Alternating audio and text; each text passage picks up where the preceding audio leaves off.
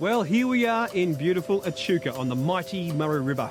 And this precinct I'm standing in right now is the historical port and pays homage to the past. The home I'm about to show you does the same thing, but a totally different era. Let's go and take a look. The curved walls of the facade and the pure white colour give the home an imposing street presence. So much so, everybody in the town knows the house and have affectionately called it the White House. Lisa, thank you so much for allowing us to come to your beautiful house today. So what have we got here? We've got a modern interpretation of an Art Deco home. Start off being a renovation and end up being a rebuild. I really want to stand back and have a look at this beautiful exterior. No worries, let's go, Gary. So there was an original Art Deco house here? It was an original one, and due to the historic overlay around this area, we would put back what was here. We love the Art Deco style.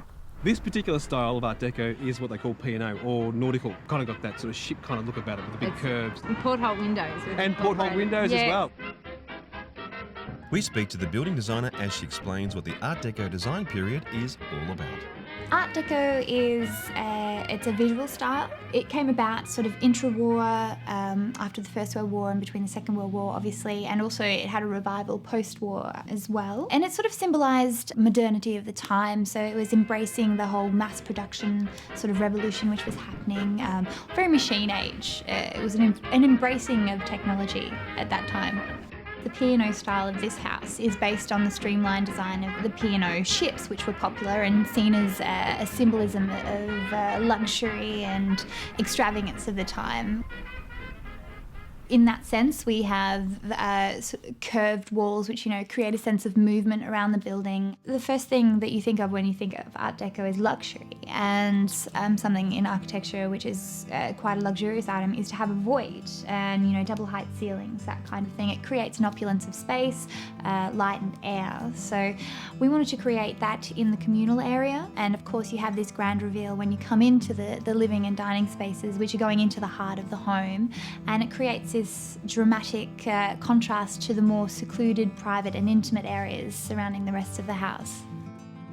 Obviously the colour palette is really monochromatic. Yeah. So it's black and white pretty much everywhere. Black and white really throughout the house. There's a couple of splashes of colour, but yeah, mainly black and white flowing. The thing about black and white is it creates a real sense of occasion.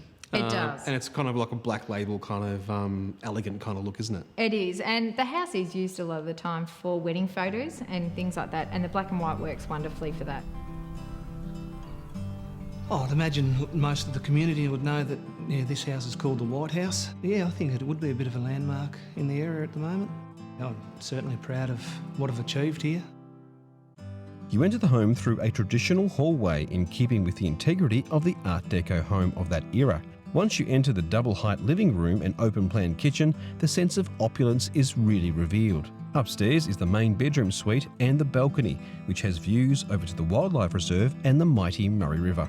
I'm always very excited to come back to the house because, it's a project that I worked on for many years. The fact that I'd spent so many hours on it, of course, I'm always going to feel quite proud that it's actually been realised in a physical form. It's pretty much to plan. Dean did a fabulous job, and I'm always very excited to come back.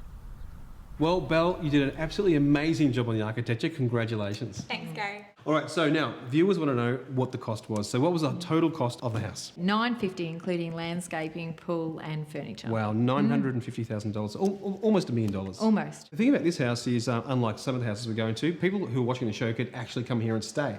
Yes, $800 a night for 10 people. Yeah. So you can come and enjoy the weekend and all of what Echuca's got to offer. Sounds fantastic. Well, thank you so much, ladies. Had a wonderful time. Cheers. Cheers. Thank you.